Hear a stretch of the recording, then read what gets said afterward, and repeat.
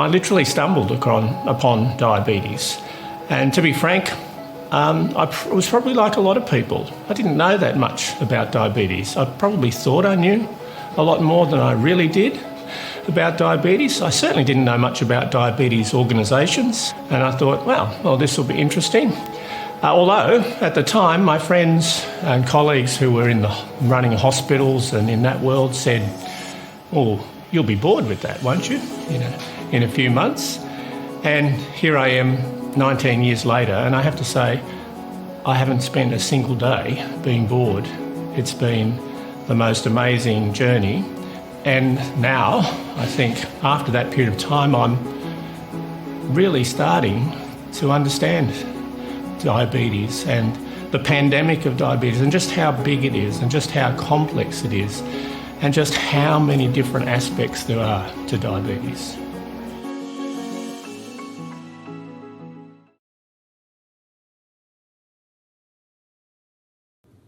Well, I want to thank Greg Johnson for his work at Diabetes Australia.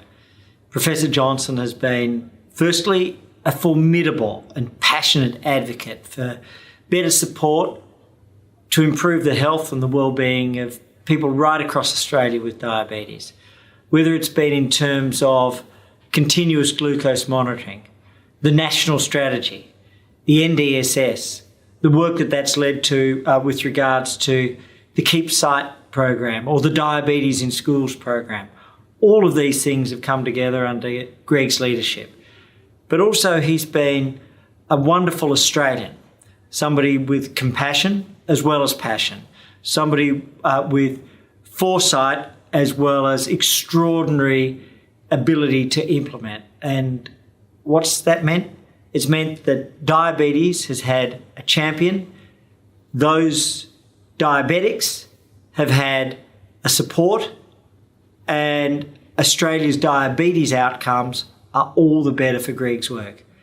So to Professor Greg Johnson, I want to thank you and honour you and wish you all of the best for the future.